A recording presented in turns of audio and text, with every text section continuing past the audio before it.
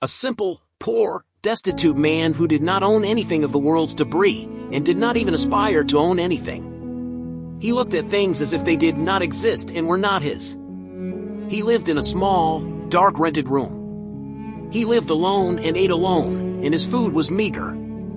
He owned one suit, and it had become old and tattered. However, he never complained, did not complain to anyone, and did not ask for anything from others. Every day was similar to him. This man had a dream, which was to buy a new coat, because his old coat had gone out of service and was no longer suitable, and there was no possibility of repairing or patching it.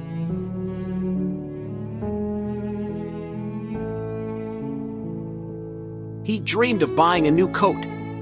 He actually went to the tailor to make a new coat. But where would he get the money from? The salary was barely enough to eat and drink. The man thought. He found nothing but austerity for a whole year to save the price of the coat. Imagine that he stopped drinking tea before bed, although it was the only pleasure he had. He no longer lit the lamp at night to save the price of oil. It even reached the point of canceling dinner. When he went to work, he walked on his toes to keep his shoes for as long as possible so that he would not have to buy new shoes in order to save the price of the coat. During this year, the coat turned into a goal and an aim that he thought about all the time. He saw it in his dreams. Every week, he went to the tailor to check on the coat. The year passed and the austerity ended and the delivery day came. When he put on the coat, he almost had a heart attack from the intensity of joy. When he went out into the street, he was flying with joy, especially when he felt the weight of the coat on his shoulders. This time, he was laughing from the bottom of his heart. He went to work the next day. His colleagues looked with amazement that he was wearing a new coat. This was the first time a colleague invited him to a birthday party.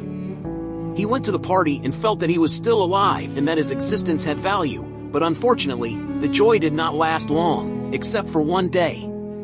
On his way back, some thieves attacked him and beat him up.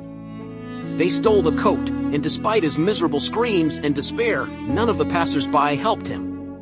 He remained lying on the ground and continued to shiver from the cold, oppression, weakness and sadness until he gathered his strength and went to one of the investigation departments to help him uncover the criminals or try to return the coat to him. The investigator looked at the man with a look of indifference and told him that he would not waste his time on a trivial matter like stealing a coat. The owner of the coat returned to the street again, attacking again, but this time from the bitter cold. The cold shattered his bones from the inside, so he returned to his room oppressed and cold after 2 days, and he was raving about the word coat and he saw it everywhere. The owner of the coat died. With every winter, the miserable spirit of the owner of the coat would walk the streets of the city.